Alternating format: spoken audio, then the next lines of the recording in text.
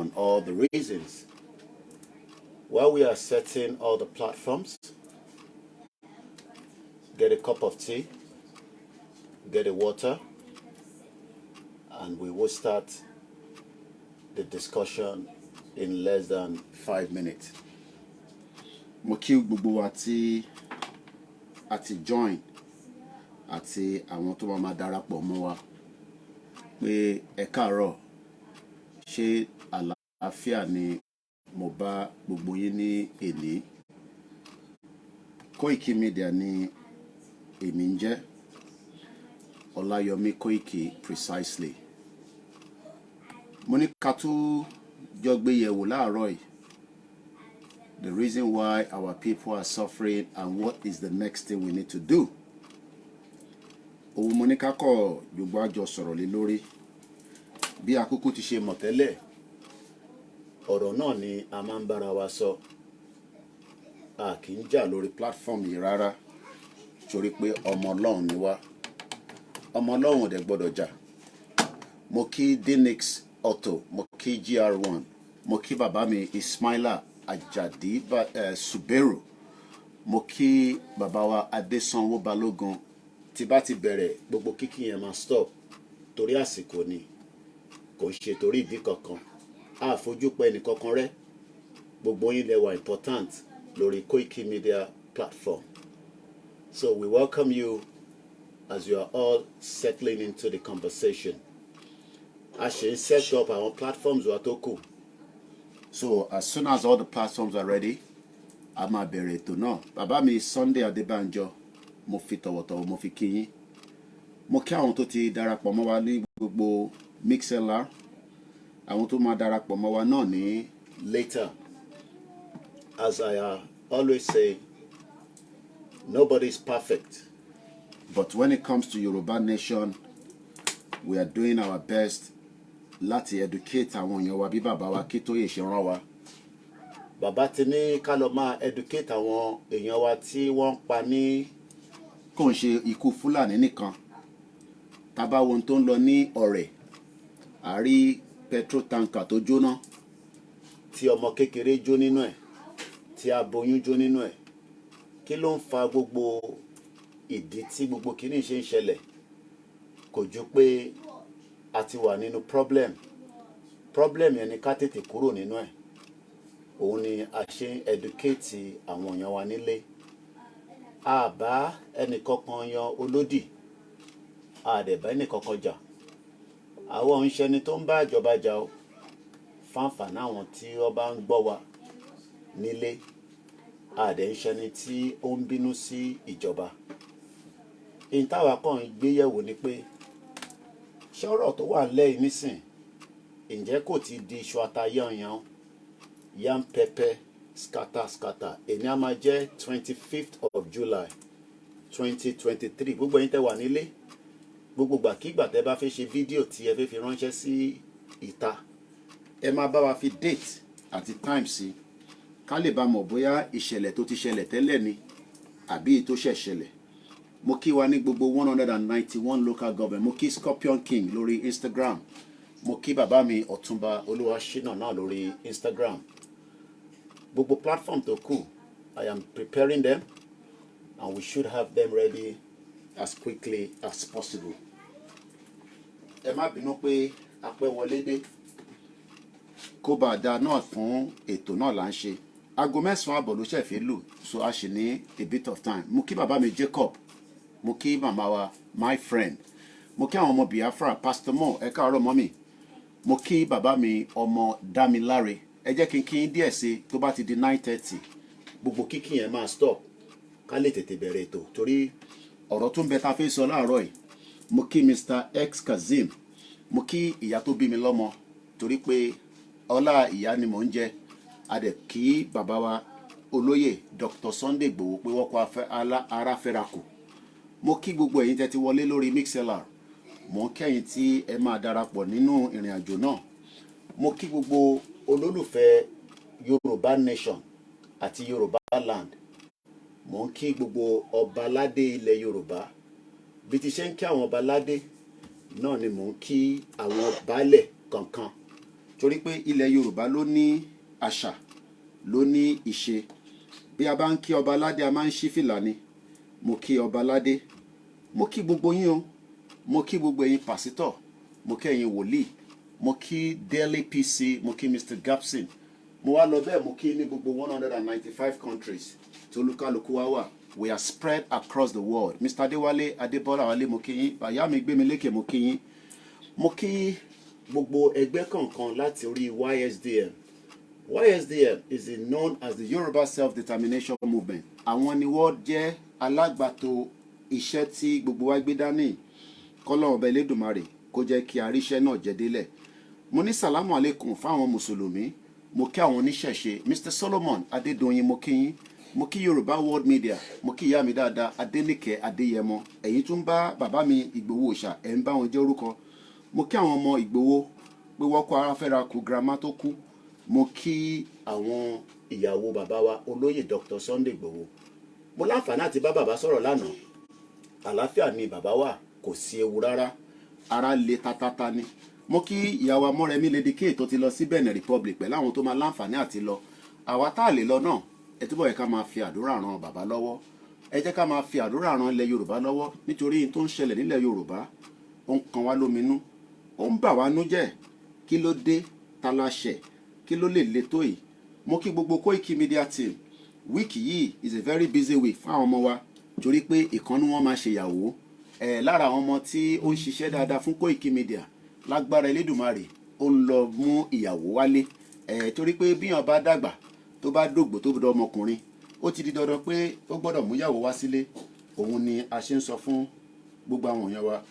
Àǹtí mi dáadáa, mo ti wà lórí live, mo ti wà lórí live. Màá pè tí bá ṣe tán. A ti miss call ara wa, ẹ ṣé gan ni. Akọ ara fẹ́ra kù.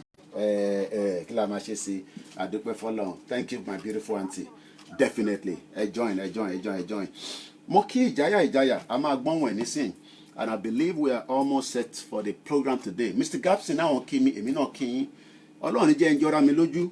Èmi ò ní sọ pé torí pé mo wà nínú bíi fídíò ká wá máa sọ̀kò ọ̀rọ̀ fáwọn tí kò jẹ́ ká sọ̀kò ọ̀rọ̀ fún. Mo kàn ní ká tún gbé yẹ̀wò gẹ́gẹ́ bí ọmọ Yorùbá tí Ọlọ́run ni Paul. Mo kí yín. Mo kí gbogbo wòlíì pátápátá tó ń bẹ ní gbogbo àgbáyé. Èmi á máa ní lórí platform yìí àní àlá káwọn èèyàn máa sọ pé bọ́ gbé Jésù wá kò lè tún Nàìjíríà ṣe. Àti stop yẹn nísìn. Mo ń bẹ̀ wá ni bẹ́ẹ̀ bá ti ń pè wá. Mo kí màmá mi, ẹ̀gbọ́n mi, àbúrò mi Ìfẹ́olúwa Akínlé Ìdíròkò mo kí yín. Owódé mo kí yín. Ẹ jọ̀ọ́ Yorùbá Nation News mo kí yín. Sister Bukky mo kí yín. Dr. Aliu ẹ kú iṣẹ́ takuntakun. Bàbá àròpọ̀ rí gbogbo àwọn mídíà tó kù náà ni mò ń kí. Ẹ jọ̀ọ́ ní gbogbo ìgbà tẹ́ bá ti ń pè wá lórí platform wa ẹ má yẹ ká máa lo phrase yẹn pé tó bá gbé Jésù wá tó bá gbé ànábì wá kò lè tún Nàìjíríà ṣe. Ẹ jẹ́ ká desist láti máa sọ bẹ́ẹ̀. A lè máa fi other individuals ká máa fi ṣàpèjúwe pé tó bá gbé Obama wá kò lè tún Nàìjíríà ṣe. Kódà bó bá gbé Buhari padà gan wá kò lè tún Buhari kò lè tún ṣe. Mo kí ẹ̀gbọ́n mi dáadáa, èní ni ọjọ́ bí ẹ̀gbọ́n dáadáa amọ́dájà Olúwọlé ó ní bó ṣe máa ń porúkọ yẹn mo fẹ́ rántí ẹ̀ dáadáa. Amọ́dájà I think so. Ẹ̀gbọ́n mi dáadáa èní ni ọjọ́ bí wọn. Rántí pé àwọn náà máa ń ṣe festival ní Canada ní Acne. Mo kí gbogbo ibẹ̀ náà tí mo ti kí wa káàkiri. Ẹ jẹ́ ká wọnú agbami ètò yẹn lọ díẹ̀ while we are preparing for today. Mr. Lawal Rafiu Àyànfẹ́, Mr. Samson Oyewole, mo á kí gbogbo ẹ̀yin tí ẹ máa darapọ̀ mọ́ wa. Ẹ jẹ́ ká kọ́kọ́ gbọ́ ohun ìjáyà, the voice while I prepare my coffee while Ìjáyà is speaking. Amọ́démájà ti Ọlọ́run ni Paul. Ẹni ẹ máa kọ́ mi ní Yorùbá yìí ti pẹ́, mo ti pẹ́ ní London 25 years. Àti pẹ́ Amọ́démájà èní lọ́jọ́ ìbí bàbá yẹn, a big man in the Nigerian community. Èmi ò bá anybody jà nínú Nigerian community. Picture ẹ bá ń sọ fún ẹ̀gbọ́n mi pé lórí Koikimedia mo kí wọn dáadáa. Bàbá dáadáa ni, ẹ̀gbọ́n dáadáa ni. Ẹ̀gbọ́n mi máa wà á ní kò sí tó kàn pẹ̀lú ọmọ Yorùbá. Àwọn Mushin ni wọ́n, àwọn lọ di gbogbo Mushin mú kọ́nà bá ń dúró tì wọ́n. Àbá gbogbo yín jà yín tẹ́ wà nílé. Mo bá PDP jà, mo bá APC jà, mo bá Labour Party jà. Ṣòwò rẹ̀ tèmi gangan. Let's kick start while I prepared the coffee, voice yìí is probably just less than 3-4 minutes. Ẹ̀yin náà lè lọ wá Maja mean dog. Okay. Àmọ́ the Maja. Ó ní pronunciation náà ni mo wà. Ó lọ lẹ́nu ni ẹ má bínú. Bàbá ti pẹ́ ní lóyìnbó àti jẹ bọ́gà àti jẹ búrẹ́dì. Mo wá kí bàbá wa olóyè Dr. Sunday Igboho. Mo kí Professor Adébánjí Akíntóyè dáadáa. Kọ́lọ́run ọba Elédùmarè kó dúró tì wọ́n, kó dúró ti ìyàwó wọn. Mo kí Chief Banji Ayílóge. And on that note, let's kickstart the program. Up Yoruba Nation. Up Yoruba Nation. Ṣojú wo ò tí ì là. Ojú àwa ti là o. Ṣojú ẹ̀yin ò tí ì là. Ojú àwa ti là o. Ṣojú gbogbo yín ò tí ì là. Ojú àwa ti là o. Èèyàn méjì ń pàdánù rọ. Tẹ́ni tó ń parọ́ fún ò bá mọ̀. Àwọn tó ń pa mọ̀ pé lọ́la wọn ń pa o. Ẹ wo àwọn useless leader ta ní. Àná àwọn leader yìí ò nífẹ̀ẹ́ yín. Àwọn leader yìí wọ́n ń ṣara wa. Àwọn leader yìí wọ́n gbọ́n. Wọ́n mọ̀ ṣe ń tọ́jú èèyàn wọn. Àwọn ríra wọn bí òyìnbó sí yín ni o. Àwọn leader yìí ò ríra wọn bí dúdú o. Wọ́n ò ríra wọn bí ọmọ Yorùbá o. Ṣé rí i pé Sanwó-Olú ò nágbọ́n lórí? Ṣé rí i pé àwọn leader yìí wọ́n gàngàn? Ṣé bẹ́ẹ̀ náà yóò pààyàn ní EndSARS? Abẹ́fí pé orí tiwọn ò pé bí ti yín ni. Abẹ́fí pé àwọn èèyàn máa ń gbàgbé nǹkan báyìí ṣe ń gbàgbé. Ṣé bẹ́ẹ̀ náà yóò pààyàn? CNN ní ẹ pààyàn. China ní ẹ pààyàn. Gbogbo ilé ayé rí pé sọ pé ẹ pààyàn. Ẹ ní ẹ pààyàn. Èwo ni mass burial? Ta ló massacre? Ta ló massacre? It's not a Lagos state government. Is it not a Lagos state government ló massacre? Ṣé bọ́n ní ẹ massacre ẹ ní ẹ massacre?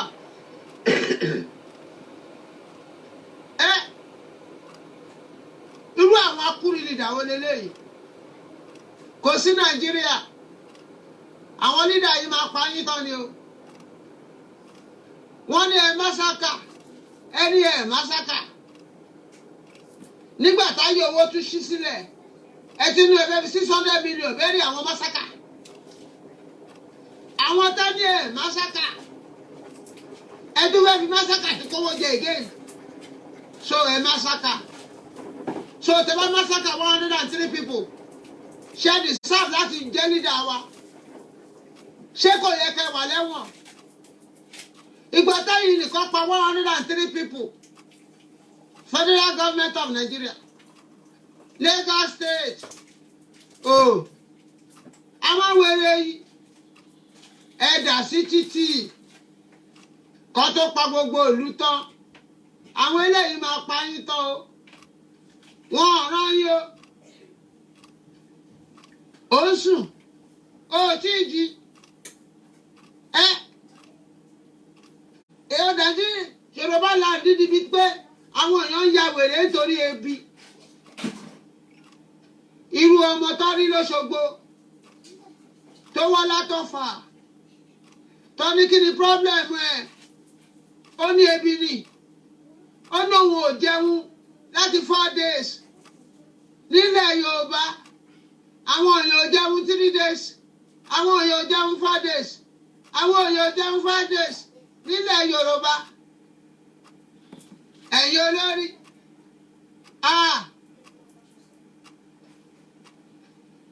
wọ́n máa ya wá bá yín gbẹ̀yìn o. Ọlọ́run ó ń di yín lọ́kàn bó ṣe di Fẹ́rà lọ́kàn tí gbogbo ìlú fi ya mọ́ lọ́wọ́. Ọlọ́run ń di yín lọ́kàn torí pé ó fẹ́ fìyà jẹ gbogbo yín. Ìlú máa yá o.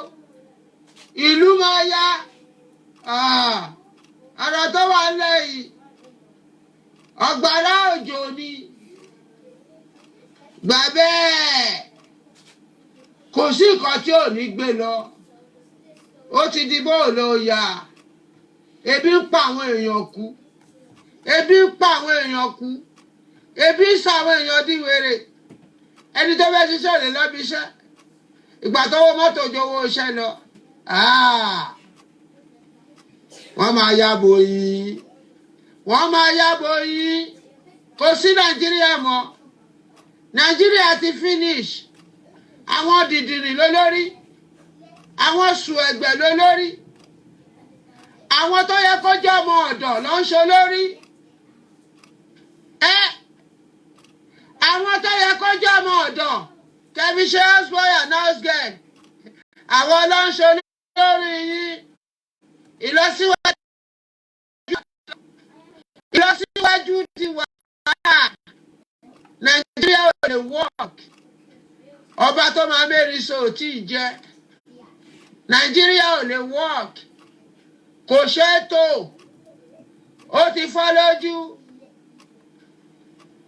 part time lẹ̀ ń ṣe lọ́wọ́ àbí overtime ó máa fọ́ ẹ pín nàìjíríà ẹ máa pín gbẹ̀yìn náà ni àwọn èèyàn máa dà jáde àfọwọ́fà pẹ̀lú aponú àtàpọ̀dà federal government and Nigeria tẹ̀ jẹ́ ẹ blow ẹ up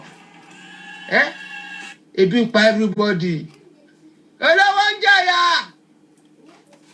tálíkà ń sunkún ọlọ́rọ̀ òun gan kígbe ẹ ti fọ́ lójú no more Nigeria divide it now before it's too late divide Nigeria it's too big for one black man to manage black man cannot manage his village. You want him to manage 250 million people. Aláwàdà ní. Ojú ò tí là. Nàìjíríà máa fọ́. Revolution máa ṣẹlẹ̀. Revolution is on the way. Revolution is on the way. Revolution is on the way. Everybody don chop breakfast. Kí ló tún kù? Kí ló kù? Ọkọ ò gbádùn aya. Aya ò gbádùn ọkọ. Daddy ò gbádùn mommy. Mommy ò gbádùn daddy. Daddy ò gbádùn son. Mommy ò gbádùn daughter. Daddy and mommy ò gbádùn children. Ará àdúgbò ò gbádùn ara wọn. Ẹ̀fọ́ lójú. Because àwọn tó yẹ kó ṣe máa ṣe ọmọ ọ̀dọ̀. Àwọn ló ń ṣe leader. Àwọn tó yẹ kó jẹ́ cook. Àwọn ló ń ṣe leader. Àwọn tó yẹ kó jẹ́ gardener yín. Àwọn ló ń ṣe leader. Àwọn tó yẹ kó jẹ́ servant. Àwọn ló ń ṣe leader. They have no knowledge or understanding of govern. They are illiteracy of govern. They are illiteracy of strategy. They are illiteracy of policy. They are illiteracy of mechanism. They are illiteracy of plans. They are illiteracy of tactics method, strategic techniques. Ẹ ti fọ́ lójú no more Nigeria. Ẹ jẹ́ àjà fúnra wa. Ẹ̀yin lẹ máa jà fúnra yín. Ẹ máa dà sí títí gbẹ̀yìn. Yorùbá nation ti pariwo. Ẹnẹ́nu wá ń rùn. Ẹlẹ́gbòho. Ẹlákítóyè. Gbogbo èèyàn tó bá lọ sórí iṣẹ́ òṣè ẹ kó rí bẹ́ẹ̀. A fẹ́ gbọ́ èdè kan lẹ́nu yín mọ́. Ẹ má pè Ìgbòho Kútọ̀nù. Ẹ má rí Akítóyè fi mọ́ lórí iṣẹ́ ẹ kó rí bẹ́ẹ̀. Àti gbogbo ẹ̀yin díọ̀tì tẹ́ǹtẹ́lé. Tẹ́lẹ̀yìn ò ní nídà. Ṣé organisation lè wà kó má ní nídà? Ṣé ìlú lè wà kó má lọ lórí? Ṣé ẹ kó rí bẹ́ẹ̀ gọ̀? Ẹ̀yin fẹnu họra. Olòṣì ní gbogbo yín. Ẹ̀yin náà yìí ṣe Yorùbá nation. Yorùbá nation tí yóò ní nídà. Ẹ wo extra time lẹ́ ń lò gbogbo ilẹ̀ máa wọlé ṣé yẹ kó níbẹ̀ máa wọlé onítìrí máa wọlé àwọn ọmọ Yorùbá ṣé yẹ kó níbẹ̀ wọ́n yé ti ẹ gan glory ayé àtijọ́ ló ṣì lò tó wọ́n máa doṣù mẹ́ta tó dá yẹn ò ní lérò wò ẹ mọ́ gbà bẹ́ẹ̀ because o ò lè change ṣé yẹ kó níbẹ̀ o gàn o ò lè change orí ò pé ìwọ báwọn Akíntóyè àti Ìgbòho ló fi wọlé o ìwọ wá sọ pé Yorùbá nation tìyẹ kò ní leader ìwọ dẹ̀ wà ní Yorùbá nation you are not Yorùbá nation ṣé ẹ kó níbẹ̀ ó máa tó yé ẹ Yorùbá nation náà wọn ò fẹ́ mọ́ Yorùbá nation náà ọmọ burúkú tí ò lè ṣe jì ní ẹ yes wọ́n ní o sóbà Yorùbá nation náà wọn ò fẹ́ ṣó yẹ kó rí bẹ́ẹ̀ mọ́ ẹ̀yin dìdìrín tẹ́ǹtẹ̀lé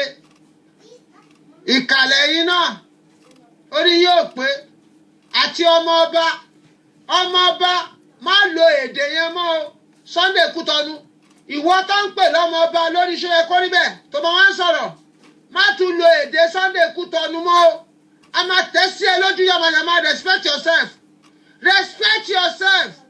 respect our leader ẹ̀yin náà ẹ̀yin ṣe Yorùbá nation fake Yorùbá nation ṣé ẹ kó rí bẹ́ẹ̀ useless Yorùbá nation ṣé ẹ kó rí bẹ́ẹ̀ ẹ̀yin náà yóò ní leader orí yóò pé ìríṣẹ́ táwọn bàbá yẹn ń ṣe UNPO irọ́ ni àbí Sunday tó wọnú gbó irọ́ ni Sunday tó rìn nínú omi irọ́ ni àbí Sunday tó lọ sí Ìbàràpá irọ́ ni Sunday tó ṣe rálì irọ́ ni àbí Sunday tó lọ fìbọn kámọ́lé irọ́ ni ìyá yìí tó ṣe nǹkan kan rárá tán ìyẹn ló tán ṣé yẹ kọ́ níbẹ̀ tí ò kúrò ní Manchester ìyẹn ló tán àní ẹ̀gọ́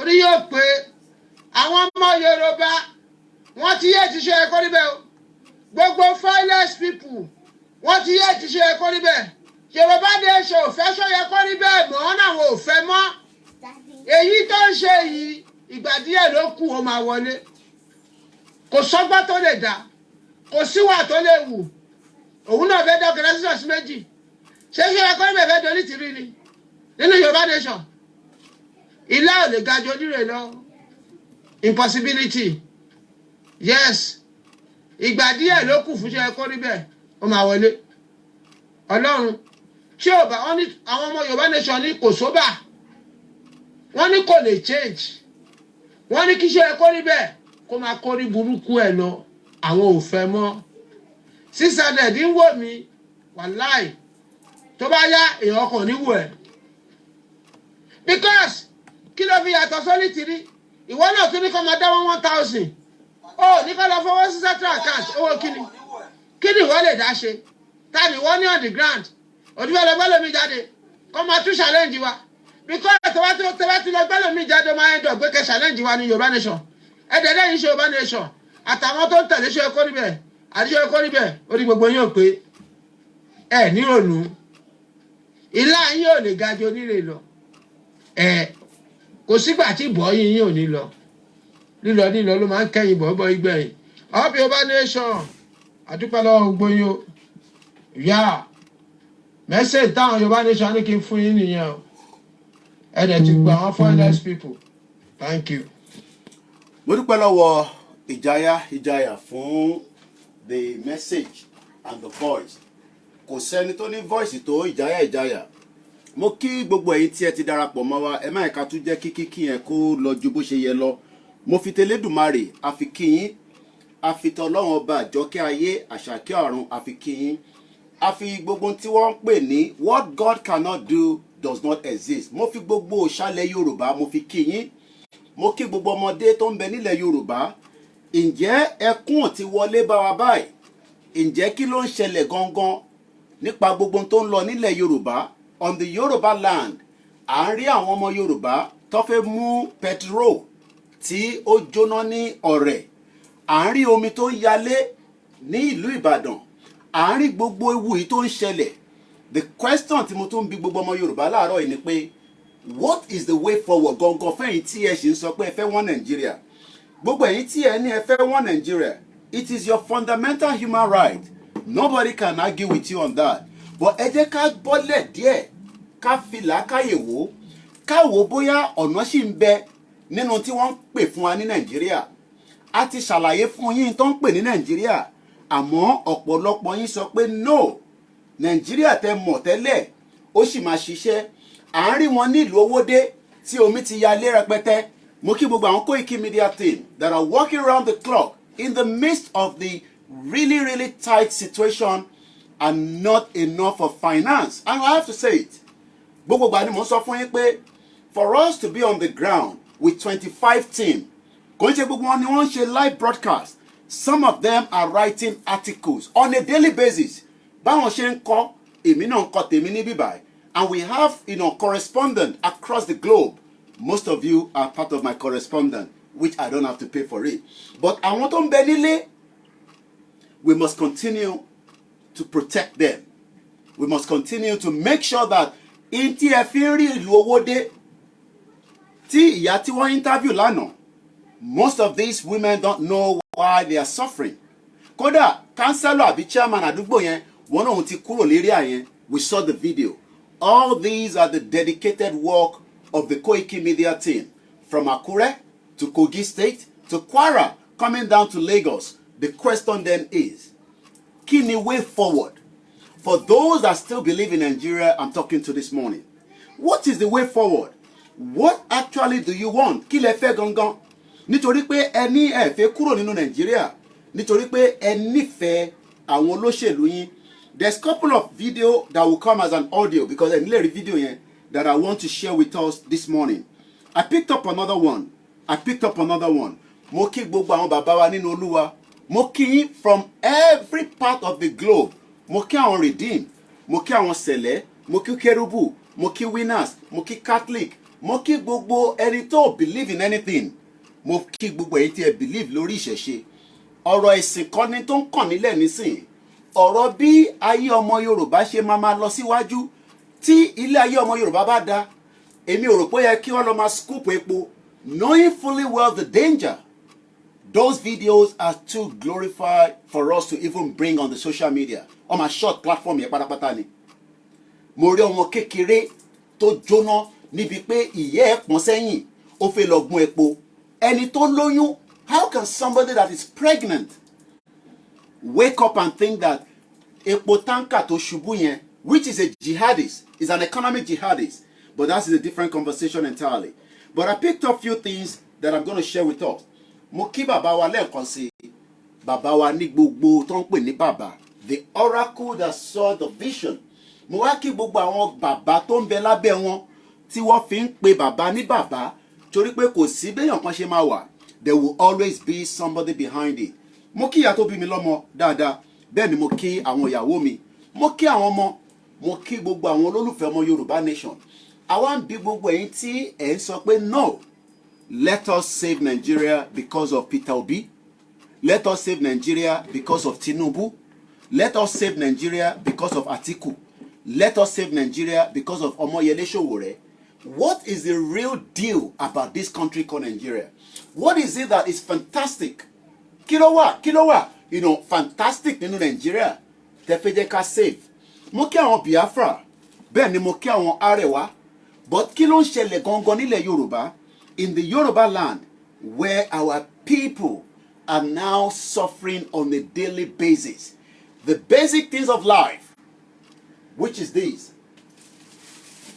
is 36 ló wà nínú ẹ̀ mo fẹ́ lè sọ pé mi mo jẹ tó bẹ̀rẹ̀ nínú ẹ̀ I ate 2 yesterday so we have 34 it is also expensive by the time you convert it back to naira the naira today is 1,100 àwọn kan tí ń ṣe ní 1,120 it does not matter interjet diaspora if you're excited I am not happy because the more the money goes up the more the food and the cost of living goes up this is about 36 pack and I bought this yesterday 27/07/023 is what they said we should eat it so normally will be Africa so we could just put them inside freezer Wetin concern me? After 27, I fit chop am. But what my wife would do, she was tired yesterday, she's gone to work now. But tó bá dé afẹ́, a kó díẹ̀ sínú freezer. Àwọn ọmọ ìtàn máa fi jí láàárọ̀ nísìn.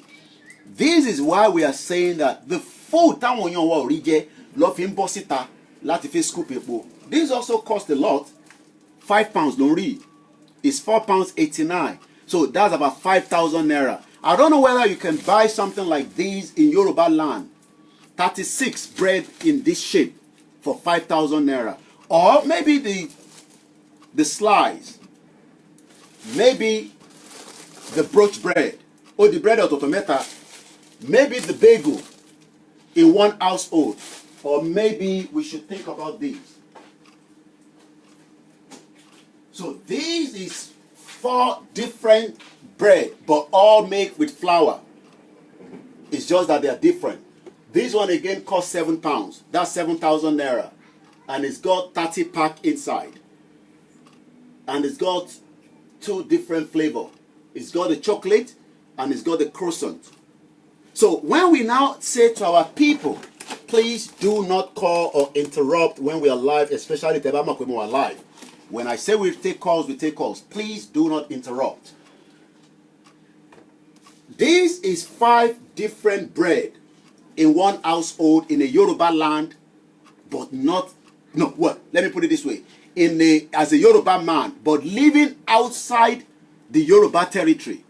This is what I expect to be having in the same household. Yoruba, even other parts as well, because we love humanity. We are not selfish people. Bó ṣe fẹ́ rí nílẹ̀ Yorùbá, a fẹ́ kó rí ní other side as well. But the question is, why is it difficult? Let me put this down before I throw them away.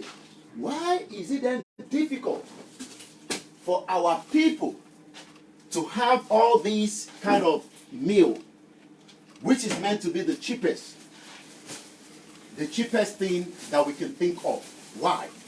It is because the system in Nigeria is not for us. And if you look behind there, is eggs.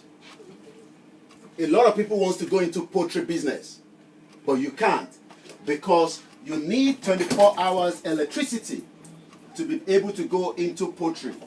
And all this is making why Tashin Sofa Omo Yoruba pe, it is because of the poverty level, which is not going to come down anytime soon. Ma play the next video from Oba Solomon that I picked up. But let me quickly remind you, mo kí gbogbo àwọn lásàlátù tó ń bẹ ní gbogbo àgbáyé, mo kí yín ní Brazil, mo kí ní gbogbo 195 countries around the globe, without mentioning all the names. These are the reasons why the Yoruba wants to leave Nigeria. Yoruba freedom now. Oduduwa nation we stand. The Yoruba are over 60 million. Don't argue with the numbers. It does not matter even if it's 30 million. We have seen countries that are even less than 100,000. So when we say we are 60 million, don't get agitated about that. The most important thing is for us to get the hell out of Nigeria as quickly as possible. Nítorí pé a fẹ́ máa rí fídíò pé àwọn èèyàn lọ scoop petrol, not thinking about the flammable that can occur in that situation. The Yoruba are over 60 million. It is better that we face ourselves. It is a governor. It is still better for us to speak in the parliament, in the church, in the mosque, in the post office, in the public service, across Yoruba land, but English would also be spoken. It is better we face ourselves. Find where we went wrong. Tabajo Sherawa in the Yoruba territory. Look, the English are not happy with each other because there are some English that are liberal and there are some English that are conservative. We will also have the same thing in Yoruba land, but the first thing is we must think Yoruba first. We must respect a Yoruba man, whether in the territory or outside the territory, regardless of whatever they are doing. Even if they are committing crime, we must be able to send legal representative to represent that Yoruba man. An American will say, look, there's a North Korean morning. Okay, how are you? They're outside. Go and put on something. You need to put on something. They're playing outside. You two go and watch something. Okay? So that we can join them outside. The Americans will go to any length, or might go to any length, to make sure that American first, whether ó jalè ni, ó pààyàn ni, ó commit a crime kankan ni, they will make sure that their embassy is representing them. This is the kind of the sovereignty of the Yoruba that we are talking about. Not the one in Nigeria that has failed every single one of us. Mo kí yín lẹ́ẹ̀kan sí, wherever you're watching us, and we are streaming on multiple channels again this morning. We are live on Facebook, we are live on Twitter, we are live on TikTok, we are live on the MixLR, and we are live on 7 different channels. Koikimedia. I do not have Olayomi Koiki. All I have is Koikimedia Oduduwa, which is a page, and I have Koikimedia Oduduwa, which is like an account. Then we have Koikimedia. Any other thing apart from that, and apart from the YouTube, we have 2 YouTube accounts. We are building one particular one, which is not going to be more than 10-minute video every now and then. We have a backup YouTube, which is WD76. In case the YouTube mess around, we have a backup. I have 2 Twitter accounts, Olayomi Koiki and Koikimedia. I have 2 Instagram accounts, Koikimedia and Olayomi Koiki. I am not concerned about people watching us or not. But those on the ground, you will start calling us and telling us about your plight and the reason why we should talk about you. Let's go forward again because it's not coming up to almost 2 minutes before 10 a.m. And like you always know, we still have a lot of program to do when I joined the Star Radio UK network. Looking at each other's face among states to lift up the less ones, those that do not have the opportunity, we must be able to lift them. We must be able to support those with physical challenge. Agbodoli support every part of Yoruba land. There's so much to be developed. From even the palace to the non-palace to the community, development is still needed in Yoruba land. But the only solution now is let us come out of this contraction called Nigeria. It is not going to work. It is just too late. All we're going to be saying is the same rhetorics that government is coming in, government will be going. This government of Bola Tinubu will complete its tenure at some point. The first tenure will end in 2027. The SDG goal is expected to be completed by 2030. We have 17 of them. But do you think that this government will survive to make your life better by 2027? We are not secessionists. Ẹ má jẹ́ kí àwọn media tó wà ní Nàìjíríà come and convince yín against us that àwọn tó ń follow Ìgbòho, àwọn tó ń follow Baba Akintoye, àwa la fẹ́ dàlúrú. In tó máa dàlúrú, ó ti ń súnmọ́ yín díẹ̀díẹ̀. And that is the inflation. Inflation is also in UK, but we are managing it. But the inflation in Nigeria is not coming down anytime soon. And that is why the Naira continue to go into coma. And as we speak today, once again, for the benefit of those of you that continue to say, Koiki, how do we support the job that you're doing? There's different ways you can support us financially, prayer, advice. To send an advice, you can send it to info@koikimedia.com. To support us financially, please don't ever tell us that media do not need funding. BBC, CNN, Al Jazeera. Al Jazeera is funded by the Qatar government, and that is why they have branches around the globe. All these platforms are all well supported. The more you support us, the more you will see the beauty of the Yoruba land that you've never seen before. We will send our people with security if we think that some places will be very dangerous, so that they can bring us the picture, the video image from every part of Yoruba land, and you can think about the future that is there as against the future that is here. This is the Naira, which is the money that is spent in Nigeria today. Bola Tinubu cannot have this in the next 4 years. Rather, this is going to be going on. It's projecting up because there is not enough dollar. You don't have enough dollar in Nigeria. You need enough dollar to operate in Nigeria. And the Nigerian government do not have enough of this, and that is putting pressure on this. This is the much money needed. Dollarization is also coming down very soon. But for now, this is the money that Nigeria needs to survive. Because gbogbo tẹ́ bá fẹ́ ṣe nínú Nigeria, your production in Nigeria is not to nothing, it's zero. You are not producing anything, and that is putting pressure Ìtò ń fa wàhálà gangan nìyẹn. That is the reason why we are saying that welcome fi Nigeria ṣe jamboree, especially those corrupt politicians that have milked you too long. Let's listen to this and I'll come back again. Tinubu Jagaba ọmọ Yorùbá ni ẹ o. Má sọ Yorùbá lẹ́nu. Tí Nàìjíríà ò bá wọ́ọ̀kì mọ́, ẹ bọ́ síta kẹ́ bóòdù kẹ́ sọ fún wa wípé Nàìjíríà ò wọ́ọ̀kì mọ́, kólúkà kó máa lọ títí ẹ̀. Kí Asa máa lọ, kí Ìgbò máa lọ, kí Yorùbá máa lọ, kẹ́rìbọ̀dì máa lọ títí ẹ̀. Ẹni fẹ́ pa àwọn èèyàn tán sáyé, àwọn èèyàn ti fẹ́ kú tán. Ebi ti fẹ́ gba àwọn èèyàn pamọ́ lé. To a problem ta ní nísìnyí wípé báwo wọn ò bí ẹrẹ kó má lè po náà wàá ra epo sáà ni. Ẹ̀yin tí ẹ bá lè repo sínú mọ́tò ṣé ẹ ò ní ṣáàjì fóònù yìí ni ṣé ò ní wọ mọ́tò ni. Mo kà ní ìsìnkan láàárọ̀ yìí vice president sọ wípé wọ́n máa kó gáàsì mọ́tò tó ń lo gáàsì jáde so gáàsì yẹn jẹ́ 20 naira. Ṣé gáàsì ṣe 20 naira náà ń tà?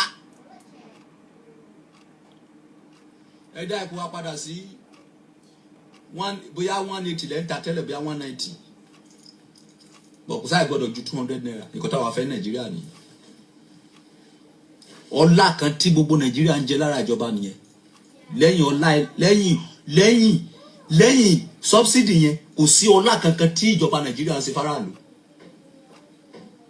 Kò sí hospital gidi nílùú, kò sí ọ̀nà. Ẹni ọ̀nà tó bá ṣe wọ́n gbé tó gèdè síbẹ̀ ká máa sanwó. Gbogbo òfin tẹ́sẹ̀ ní Nàìjíríà àwọn tálákà lè fi ba ayé ẹ̀ jẹ́. Bí olówó bó jalè inú èsì lè máa gbé sí, bí tálákà jalè ẹ máa pa ni àbí ká sọ pé pọ̀lọ́ hàn gí ẹ kì í ṣe la fẹ́ máa ṣe mọ́ ẹ jọ o ó ti tó o ìyá yìí ti tó o.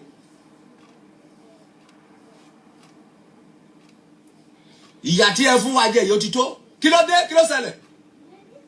Goodluck dé wọ́n ní tí Goodluck pọ̀ jù, Buhari dé wọ́n fi kún ìyà wa, Tinubu tún dé wọ́n tún dọ́ọ̀bù. Definitely tábà tún padà dìbò orí burúkú àwọn gbọ́ wa pátápátá.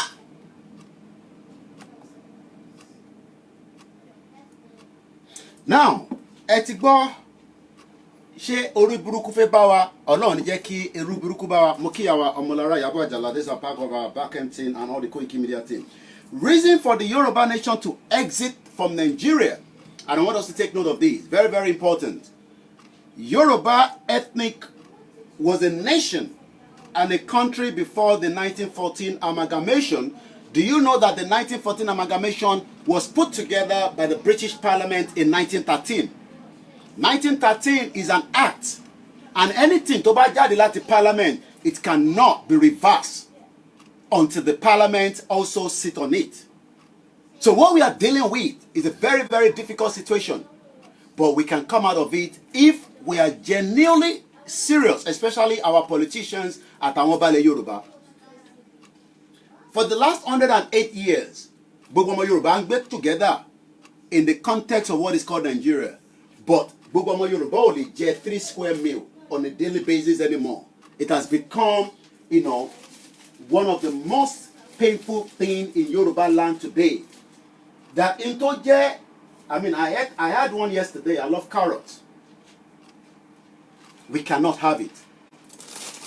Mango, we cannot have it. Banana, we cannot have it. Orange, we cannot have it. Tangerine, we cannot have it. All these have become no-go area for the basic man nílẹ̀ Yorùbá lẹ́nìí. And these are the reason why we want to go. Kò ń ṣe pé torí pé Fúlàní pa wá, gbogbo ọ̀rọ̀ Fúlàní pa wá yẹn can be dealt with when we have the territory back, and we expect this government to continue to provide security to defend the Yoruba territory and the rest of Nigeria against those that are killing you. That is the responsibility of Nigeria. Nobody should call us and tell us Koiki, kí lẹ̀ ń ṣe sọ̀rọ̀ àwọn Fúlàní tó wà nígbó? That is not our responsibility. Do you know that your governors are the chief security of the state? So my effort is to make sure that we enlighten you, as Babakito have told us. But we expect you to be vigilant. Ìrìn tó bá ṣe rìn, don't travel at night. Nigeria is not safe. There is a lot of increase in terrorism even after Tinubu came to power. And Bola Tinubu being in power in the last less than 60 days. Omakwe 60 days, in 4 days from today. He hasn't appointed any ministers. But there are some ministers of God that supported and prayed for this government as it was coming. Maybe they are too much in a hurry. And that is why they are already complaining about the next thing I'm going to play with you or share with us right now. These ministers are now coming out telling us that I want a mistake in praying for this government to come true. I don't know about that. I pray that this government was not meant to come. It would have been a better option for us. But it doesn't seem that some of the men of God understood what we are saying. Let's listen to these and I come back again. Dedicated spiritual supported him so much that I've even received enemy, even in the Christendom, in Can, even by many pastors and servants of God and Christians. Why? I always supported him and assured them that nothing is going to make him not to win. Are you hearing me? I even go to the length of sold my pilot jeep in following him and in doing prayer, following him, lock ourselves with other 6 people, making 7 indoor for him in fasting and prayer, white fasting, that he must win. Follow him to campaign with fasting in many places. Are you hearing me? Nasarawa, Abuja. Are you hearing me now? Ondo, Ekiti, Lagos, Osun, Delta, Edo, in many places. Some people see me, he see me. I think he saw me in some of the places. Both up to Tesmin Stadium in Lagos. Are you hearing me? Till we even go to governor's house, that is in Marina. That is where me and him have some little talk. He had me over that day to Fasasi and the Kamal, that whatever I want him to do, he will do. I discussed with them on phone with Fasasi. I go, in fact, I sacrifice a lot. Are you hearing me? I learned, maybe Fasasi collected money, maybe he asked them to give me money, they didn't give me. I know I lost on that area. But that should not even be too much painful. Are you hearing me? If the government is so favorable, because I'll be assuring people here and there, churches and private, that don't worry, vote for this man, the government is going to be the best. Immediately coming, things will start coming down that 1 month. But may I tell you something? Since the day, the week they saw in Tinubu, I don't think I'll be able to use my motor to go out 3 times. Because the fuel price. And I'll be using vehicle since 1986. The first vehicle I used in life was given to me by President Ibrahim Badamasi Abangida. He knows me one-on-one because God used me to reveal to him the secret of Mama Fasa when they are plotting that. So we know one-on-one. I was even seeing him in some years backward that I'm the one that prayed for him during his birthday. So, but I insist not to be following, and Tinubu himself know me. See the way this government is going. Before he come in, are you hearing me? I used to give them 5,000, 7,000 or 10,000 to buy food for 5 days. But now if I give them 20-something thousand, it will not be even good. We can't eat even enough with my children and family. Last Sunday, I went for a program at Igbaraudo. Do you know what? I have to disguise myself not to dress the way people will recognize me to enter public transport. Why? The Jeep I'm having now, I can't fuel it to go that place. I will use about 15,000 to fuel, go and come to Igbaraudo, to Ekiti here. We have an ordination in our headquarters. I just managed to carry the motor to go there. Are you hearing me? The day we do training, I have to follow other person. I can't carry motor. Can you see that such a life? If me now in this level, what of other poor people that I know they are suffering? Many people are calling me. Abba. And what I'll be telling people is that government of Tinubu is going to be for the masses. This is not how to start. Yoruba make a parable. They said dry dog is sweet. But it's something we are going to eat before the dog dry. Yoruba say that anyagbe ajado o kokalamaje it's going to good, it's going to go. That is how many other governments have been saying. He's supposed to have put this in order. We have about 4 refineries. This man has not put any of them in order. Then you are removing subsidy to put people into trouble. Huh? If I talk, I go out there in anywhere now, they will kill me. I am telling you. In many parks, some of these chairman of union that they respect me in Oye, in Ado, in Lagos, they respect me because I am a prophet and God has used me for them in one way or the other. Both in Kuje, both in Abuja and Suleja. When I was telling them, don't worry, it's going to be better. I am telling you the other day that I was in Oye, when I want to talk, they wanted to, the way they are attacking me, if I did not use wisdom, maybe I could have mocked, maybe they could have killed me in that place. Just because I don't know. Maybe I didn't go in spirit well. I was just seeing that God said he's going to win. But I don't know if it's going to be a greater punishment to Nigeria again. What kind of government is he running?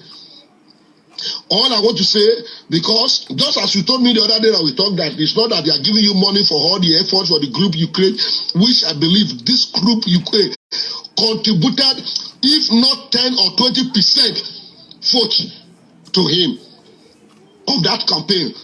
At least, let me say 20% of the campaign, this group you created. And I don't believe they have rewarded you in any way. Are you hearing me? But then, even though they not reward you personally, if the policy is favorable to people, you will know you have been rewarded. But this is government. It's going to be, it's a worst government that I've ever seen. Under 2 months, it's a worst government I've ever seen throughout my lifetime. So, if care is not taken, are you hearing me now? Yoruba said, he that bring a lame person, we know how to take him away. Are you hearing me? I only. I remember the time of Abasha. I was supporting military, but when Abasha come in, people that used to talk to when I get to see, one of the people that I was praying for in government then in soldier, they are retiring now as a major general. Are you hearing me? If this government is not careful and we go indoor for 3 days, and I know one thing or the other, Tinubu will be removed. I'm telling you, it's going to be an issue. It will be removed. Only 3 days marathon fasting. If I tear my clothes in the presence of God with tears, I know nothing will make him not to be removed, because God have done so through me in 1998 during Abasha. So I want you to see how you are going to pass this message to them. Adeboye Gabasasi make use of me, collected money on my behalf. 1 naira I was not giving. Are you hearing me? I suffer. I invest my money, my spiritual capability, my time, my connection in collecting people. Forget about that. Even if I was not rewarding personally, say take. But if the economy, if his policy is good, why not? I'll be happy. I will be so much happy. But the way thing is going, Tinubu is going to be a bad issue in Nigeria. With that bad his wife. Initially, I don't even like that his wife, because it's a religion. Even being a Christian, he doesn't have mercy. He doesn't have anything empathy. That is Oluremi Tinubu. He knows me one-on-one. I can say it to his own face. 2019, when Aswadi was to send me to Israel, I go there to go and pray specially for him not to have loss of life. And I told him he's going to become the president. The man was ready to do it. Yes, he did it later. But do you know that Remi Tinubu, to my own face, was discouraging him? Of a blessed memory, Alhaji Latif, one of the aides Friday know what I'm saying.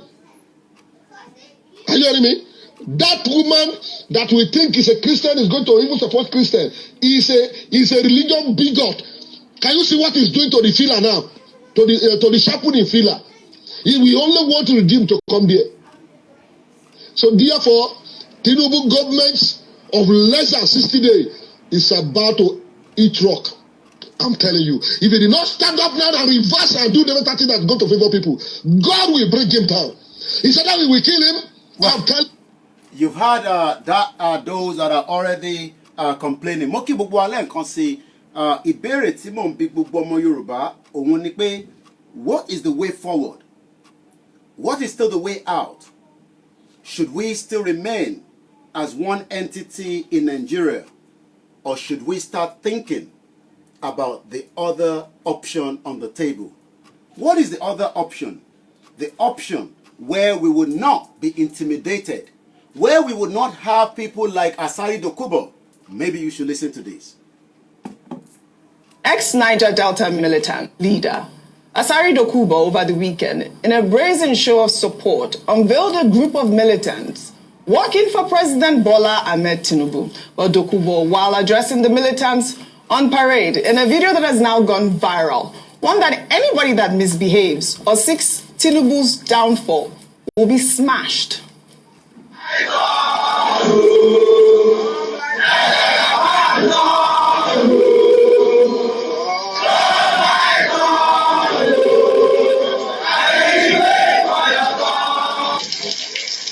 We work for President Ahmed Bola Tinubu, and he will succeed.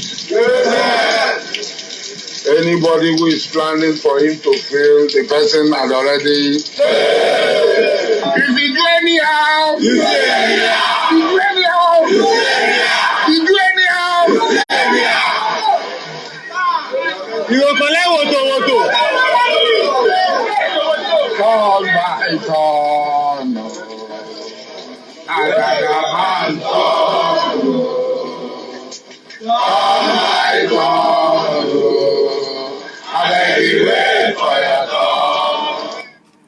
All right. What has Nigeria become? Turn by turn. Nigeria turn by turn. Oh, I beg you, wait for your turn. Wait for your turn, Dr. Bati. This is. You see how interesting Nigeria is? A situation whereby the president of Nigeria has the support of militants. Okay, and you ask yourself the question: how would one individual be able to put together a group of about 300? Yes. And I can mobilize. Well, I don't see them doing anything violent, but they are expressing loyalty, solidarity for President Tinubu. One of those curious things about our society, about the role of non-state actors within the polity. Well, you may say maybe this is during the political season, and these are supporters of President Tinubu. But see, no, it wasn't during the political season. This is a recent video.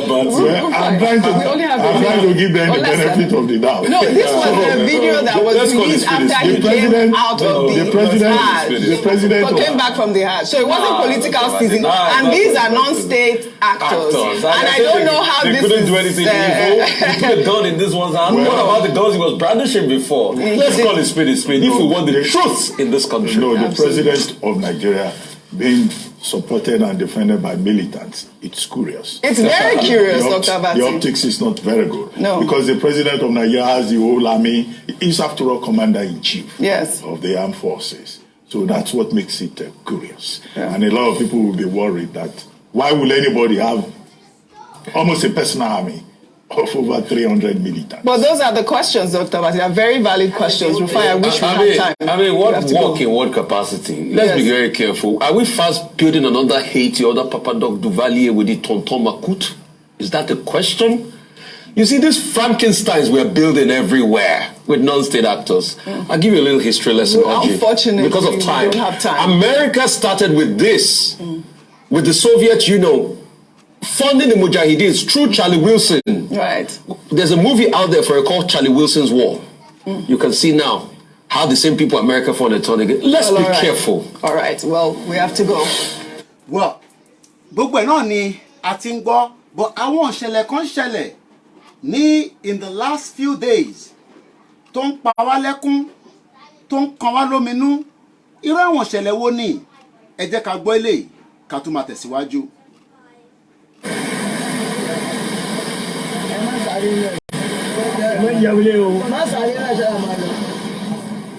And these are Yoruba territory going under the water, as you can see there.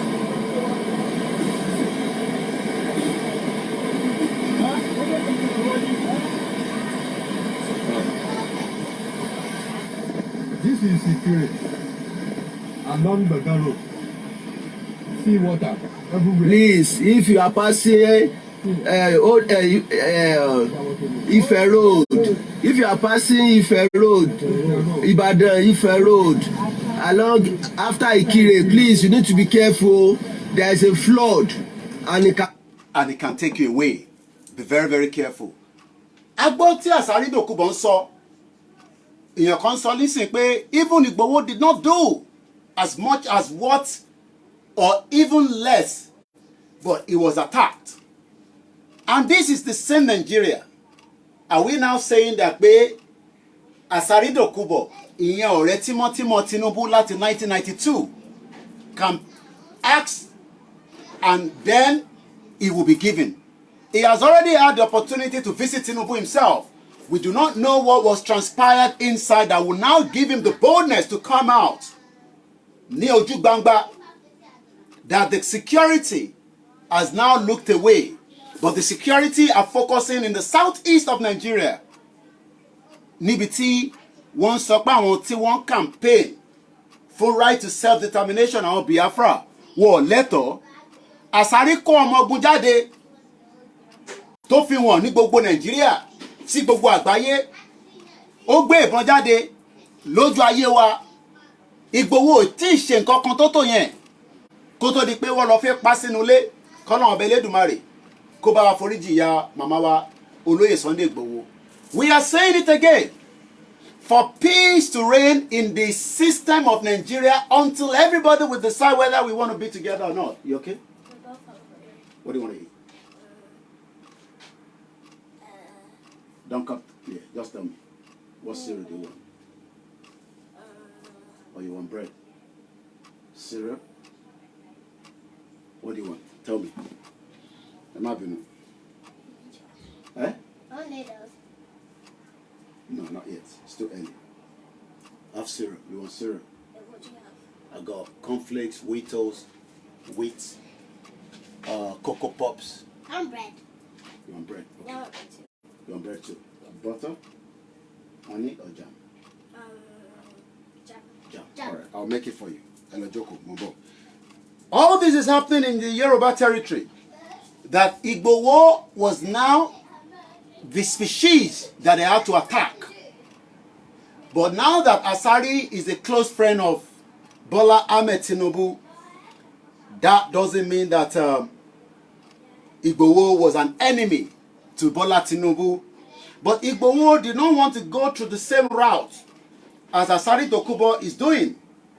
But it seems that the government will probably just look away, while Asari Dokubo continue to portray himself as the man that Igboho would not be able to do. A tún sọ fún gbogbo ọmọ Yorùbá pé this is the time now that the government must review back why President Muhammadu Buhari, the former president, was able to attack Oloye Sunday Igboho, and they can lift the embargo. That is the word tó yẹ kó wà lẹ́nu gbogbo ọmọ Yorùbá nísìn. Lifting the embargo as swiftly and as quickly as possible, without no hesitation, without nothing to think about. They must release Igboho. Let's start with this again.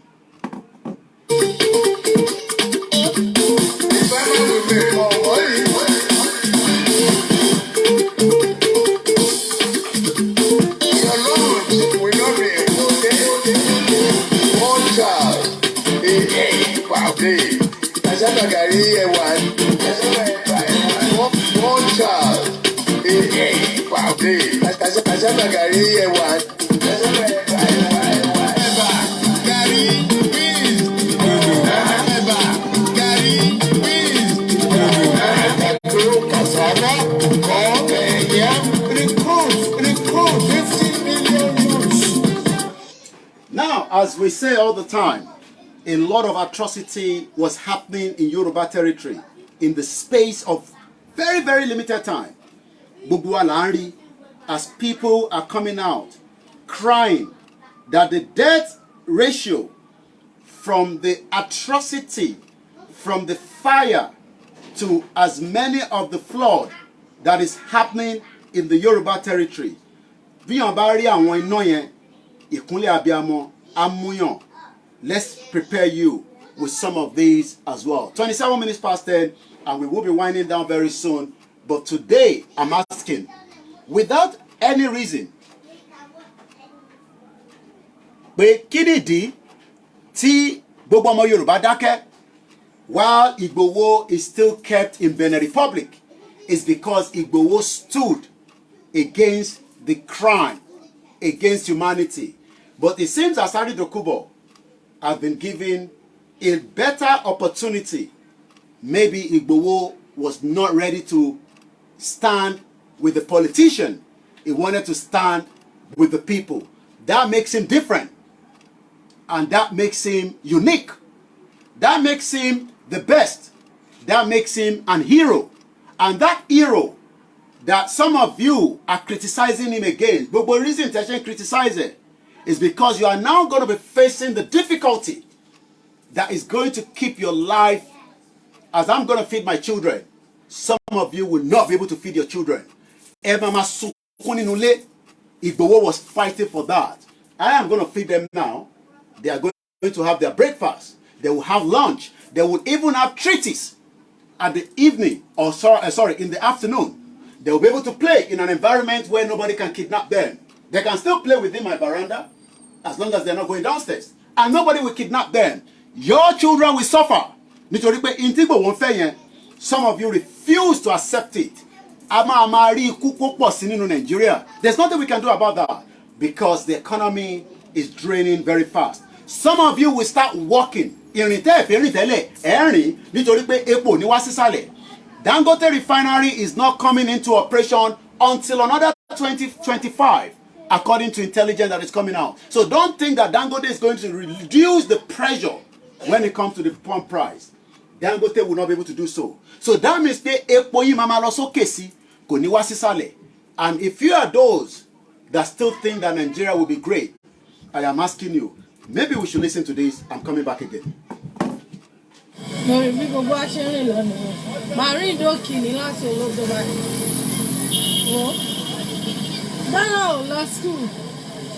The first of it in the torí tọ́mọ bá bẹ̀rẹ̀ school báyìí ṣé gbogbo stress tá máa bá ṣò lélẹ̀ ẹ wò. ṣé rí báyìí mọ́tò tẹ̀lé kọjá mọ́ rárá àtọ̀ ó ti bínú tán. mọ́tò lè kọ́. ẹ ṣẹ̀ṣẹ̀ bẹ̀rẹ̀ ni some of you will cry ẹ̀rín ṣége. As this sister was walking, you see that? Everybody's walking.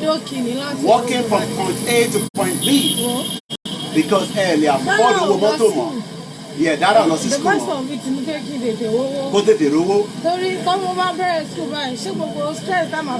no, mama basu because nígbà tí Igboho jáde tí mo tẹ̀lé lẹ́yìn tí a tẹ̀lé bàbá Akintoye lẹ́yìn ìyẹn àwa tá gbà fún bàbá Akintoye tí a tẹ̀lé bàbá wa Chief Banji Ayilóge tí a tẹ̀lé gbogbo àwọn ẹ̀ka ọmọ Yorùbá tó ní enough is enough. You were all pointing finger. I am going to prepare breakfast for the children.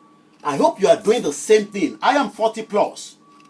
If I can provide the first meal for the family, I hope you, 40 years old, you are able to do the same thing with your own loved ones. But rather, you are not going to be able to do so.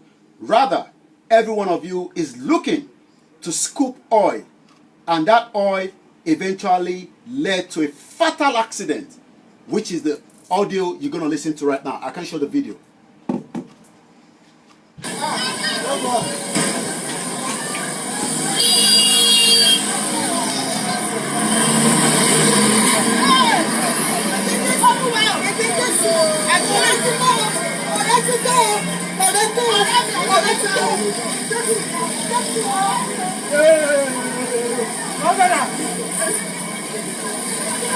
wọ́n ṣe mú lọ wí ni.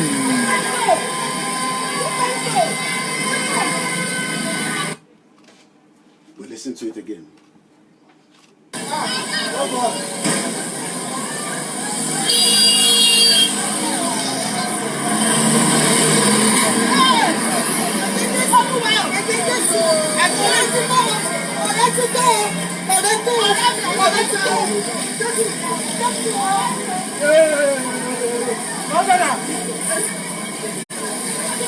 Wọ́n ṣe mú lọ wí ni.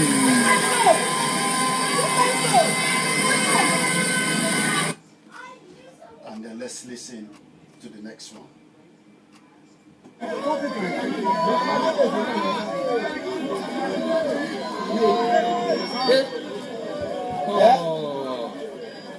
Ọ̀rọ̀ èdè òye mi ò ní kó má lọ o.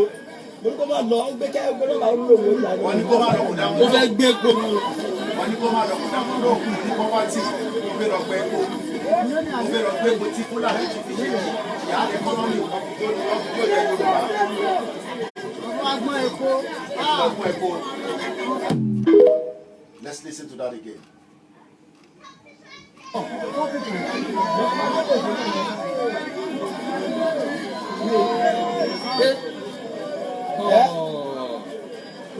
Ọ̀rọ̀ èdè òye mi ò ní kó má lọ o. Wọ́n sọ fún pé kó má lọ kó dáhùn. Ó gbé kẹ́ ẹgbẹ́ náà ń lò wọ́n ìlànà. Ó fẹ́ gbé epo. Ó fẹ́ lọ gbé epo 2 litre. Eventually, ní tó máa ṣẹlẹ̀ ti ṣẹlẹ̀. Ìṣẹ̀lẹ̀ ẹ̀ ní kọ́ ni. Ó kù díẹ̀ fún yín. Agbọ́n epo. And then let's listen to this woman, Ní Owódé. Before we do that, ẹ jẹ́ ká gbọ́ epo tí omi tó ya nílùú Ìbàdàn. Let's listen to that as well.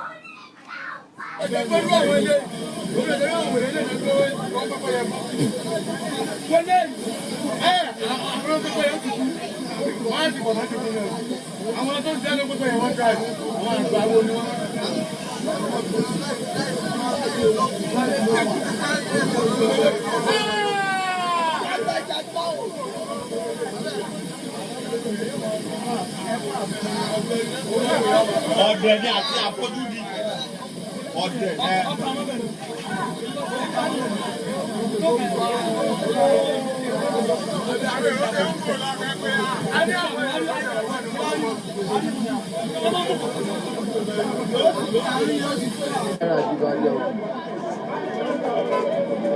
This is ìlú Ìbàdàn níbi tó bí ti ya gbogbo àdúgbò.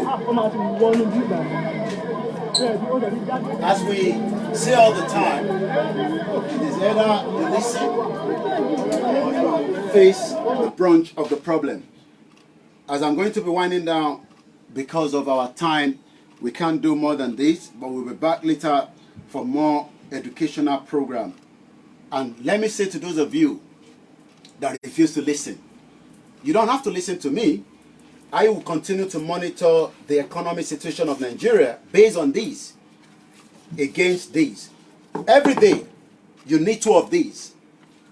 2 of these in equivalent to Naira. This is $1, this is $1. You need 2 of these every blessed day, which is equivalent to, I think the dollar now is about 850 Naira. So you need about 1,700. 1,700. You need 1,700, to be able to survive. You need 1,700 Naira. Láti lè fi jẹun. Continue to abuse me. Continue to label all kind of allegation against myself, Igbowo, and Baba Akintoye. Continue. What do you want? I want to jam with my friends. Oh, okay, I'm going to make another one for you. But one thing is, Daddy, yeah, have it? yes, a lot of you will cry, and that will make things much difficult. I wish you the best of luck, but remember that even if you have enough of these in millions, it will start coming down slowly. Torí pé o máa máa náwó yẹn fast. fast. Fast. Very fast. Very, very fast. O máa ná very, very fast. Àbúrò mo yé nísìn. O máa ná very, very fast. Ẹ máa ná very, very fast. O máa kúrò lọ́wọ́ yín. Àbúrò mo yé nísìn. So let me put this out again. A lot of you. Yeah, when you finish eating. Some of you disagree with what we are saying. Yes. But Daddy pulled my trousers, but I couldn't play. Let me say this to those of you that are saying that we should keep quiet. Listen to this short interview, then after this interview, I will start bringing it down. Ẹ máa máa rìn káàkiri, ẹ máa máa wọ́njẹ. I pray that you survive at this very difficult time. Just listen to this. And this is going to be the last video. And after this, I'm going to wind down because I'm going to start going. Ṣèbáyìí ló ṣèlú kò nídìí káyìn tún kò nídìí kí ó ṣe kinní fẹ́yìn. Wọ́n gbọ́dọ̀ rí yín. Bọ́ màmá láàárín èmi àti yín àtọ́lọ́. Ṣé ó dà bí ìlú ṣe rí? Ká pa ti pé omi ń wọlé yín tì. Ẹ̀yin náà wà nù wọn ẹ̀ ń jẹ nǹkan tẹ̀ ń jẹ lọ́wọ́ wọn ló fà á.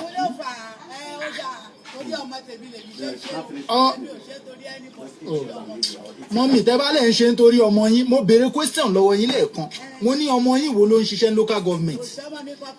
Ok so ọmọ yín wo ni ló rán lọ university. So kí wàá la wá ń sọ.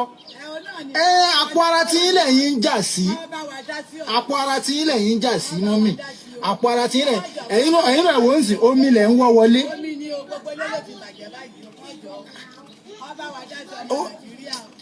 Ẹ wo mama ẹ jẹ́ ká sọ tọrọ fúnra wa òótọ́ ọ̀rọ̀ ò lè ní ká má sọ òun ṣé Yorùbá tí mo sọ ẹ ti yé yín òótọ́ ọ̀rọ̀ kò lè ní ká má sọ òun. Ẹ̀yin náà ẹ yé gbà nǹkan lọ́wọ́ wọn mọ́ ẹ yé gbà nǹkan tẹ́ bá ń gbà nǹkan lọ́wọ́ wọn ẹ ń fún wọn lóró sí ni. Àwọn ọmọ kéèké ní ẹ̀ ń sìn ẹ̀mí inú wọn tẹ́lẹ̀ nígbà kan tí wọ́n lówó dé yàmọ̀ pé wọ́n máa ń takò lọ́bẹ̀ rice wọ́n máa ń takò lọ́bẹ̀ ẹ̀bà sẹ̀mọ́ all those kind of stuff. Nísìnyí báyìí kò lọ́bẹ̀ rice 50 naira kò tó ọmọdé jẹ mọ́ ọmọ mi gan lè jẹ oní 200 kó yó. Nígbà kan dẹ̀rẹ́ tí gbogbo ilé bá ra kò lọ́bẹ̀ 200 naira ẹ máa jẹ ó máa tún ṣẹ́kù. Màmá ẹ jẹ́ káwọn náà yé gbà nǹkan lọ́wọ́ wọn mọ́ ẹ fi wọ́n lẹ̀.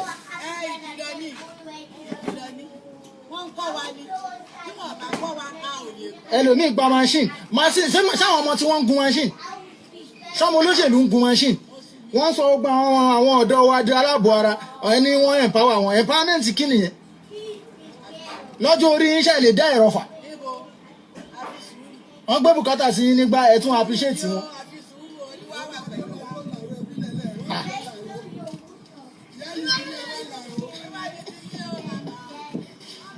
Koikimedia bringing the world closer to your doorsteps. Ẹ̀yin náà wá been some days man. Iṣẹ́ ń lọ Oòduà nation ń lọ. Thank you very much everybody. Koikimedia bringing the world closer to your doorsteps. Ẹ̀yin náà wá ẹ ti rí bí agbègbè Àgọ́ Ègùn ní Owódé Yewa bí ó ṣe rí.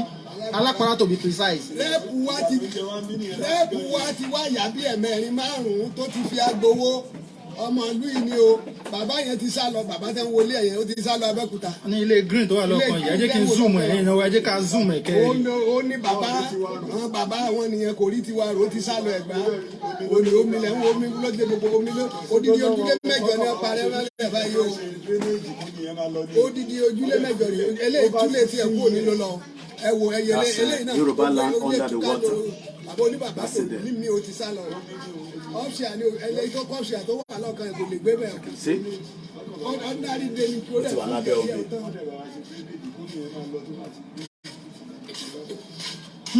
Ọjọ́ ń gba ráìsì gba polo lọ wọn ló dá wàhálà lẹ́nu. Màmá ti gba aṣọ wọn ti gba owó lọ́wọ́ olóṣèlú wọ́n ti ń jẹ breakfast ó kàn ń dùn mí ni.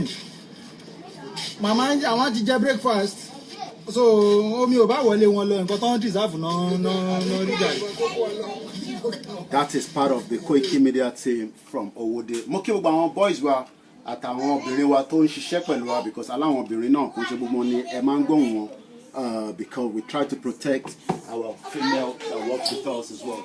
I have to go now because I have just 20 minutes and prepare for Star Radio UK. Àwọn ọmọ tèmi ti jẹun ní àárọ̀ yìí. Mo pé àwọn ọmọ tí náà nílé, you've been able to provide the first meal for them. Muki, my sister Agbemileke, Muki, Mr. Taiwo Laniwaju, Mr. Kunle Shita, thanks so much for you on the TikTok. Continue to talk about me negatively. I am 6,000 kilometers away from Nigeria. I don't need to spend this because this is not the currency I spend it. I spend this. And the government here is working very hard to make sure that I can put food so that the children can eat. So the enabling environment is there for me. I can become who I want to be without any motivational nonsense from some of your motivational speakers. I can walk if I want to. I can refuse not to walk if I don't want to, as long as somebody is working in the house. I can stay and do babysitting with my children and give them a very resound training from the house. I hope you don't do the same thing with the naira that you are spending.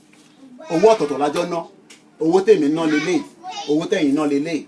I have told you in 4 years, èmi àti ẹ àtújọ máa padà wá, lẹ́mìí gúngún àtàláfíà, ìwà wá sọ tí wọ́n ṣe nínú ìjọba Bọ́lá Tinubu yìí in 4 years. Èmi á sọ tèmi ṣe fún wọn náà in 4 years. Àti bet yẹn without no money.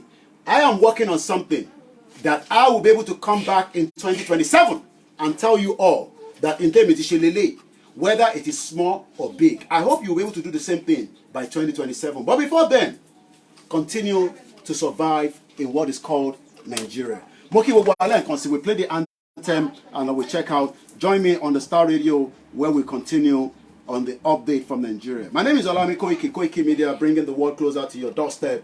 I don't have a Nigeria account, Nigerian number. Nobody should call you using a Nigerian number. None of my boys, Tumba Mishishe, will communicate with you behind me and say, I do visa. I don't do visa to get to UK. I don't do visa to go to Dubai. I don't do visa to any country. I don't know about any how to do such. Don't communicate with me. I only know when you get to this country, I can guide you a little bit with my 25 years experience living in UK. I am 6,000 kilometers. Kí Fulani tó jí mi gbé, ó máa try gan. That Fulani would have literally boycott as many security before they can get to my door. I cannot be kidnapped on any of the highway. I cannot be kidnapped on the street like Buhari wanted to do. I don't think Bola Tinubu will go to that extent. We don't have anything against Bola Tinubu, but we are saying to Bola Tinubu that the best option now is to review this entity called Nigeria so that we can save lives. Moke gbogbo yín lẹ́ẹ̀kan sí, ẹ má bínú ẹni tá bá dárúkọ, I have to go now. Moke gbọ́n mi Ṣẹ́gun Ọ̀nà, ìyàwó Grace Olúṣọ̀tọ̀, moke yín. And on that note, have a very blessed, just leave it there. Have a very blessed morning as we continue. Yoruba Nation is still an ongoing project. Fáwọn tó ń béèrè pé níjà wo ló máa wáyé, kọ́kọ́ dín pẹ̀lú, what do you want to eat? Try and down. All right, I'm going to make it in a minute. No. Ẹ̀yin tẹ́ ń béèrè pé jáwọ́ ni Yoruba Nation máa wáyé, just continue with the campaign. Nigeria has been existing for 63 years. Yoruba Nation will come at the appropriate time.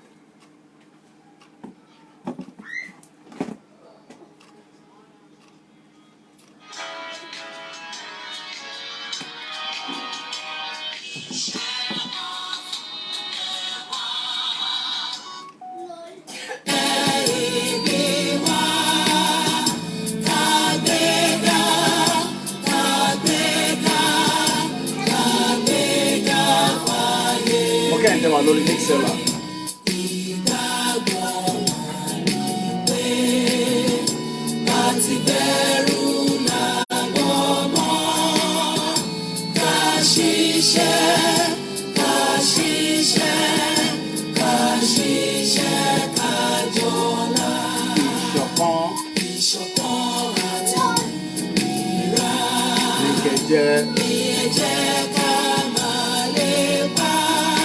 tẹ̀síwájú. Tẹ̀síwájú. Ọ̀pọ̀ ire. Ọ̀pọ̀ ire.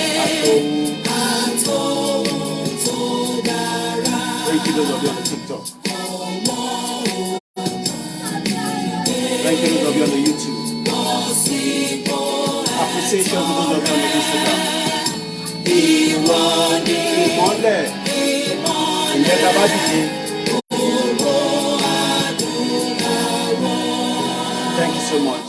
Ẹ darapọ̀ mọ́ wa lórí Star Radio at 11 o'clock. Bye for now. Shalom to everybody.